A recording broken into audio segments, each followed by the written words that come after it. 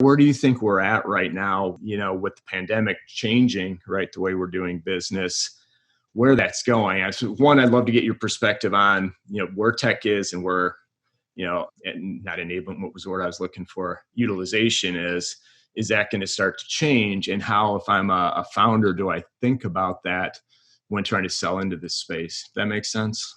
Yeah, it does. I think it's absolutely an appropriate topic. So in general, I would say the trend up until 2020 or COVID 2020, like, pre-COVID 2020, the trend that you're talking about is absolutely correct, is that, highly prolific technologies, and there was some acceleration of adoption.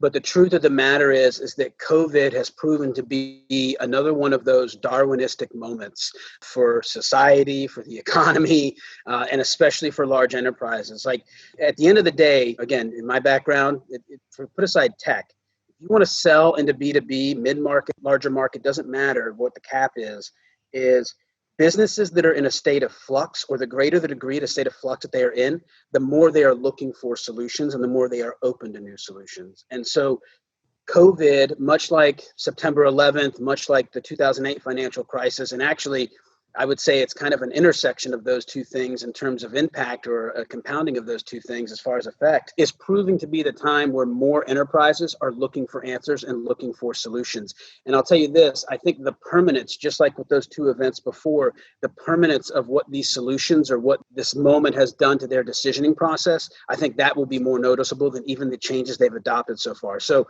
let me try to restate that with a little bit of clarity. I think that of all of the changes that we've seen so far, like the actual line item changes of new tech being adopted, telehealth adoption, things like that, yeah, I think that pales in comparison to the impact that this moment that COVID is having on the decisioning framework for these companies of what to do, because they are redefining kind of what an exigent moment of flux can look like and how quickly it can impact them.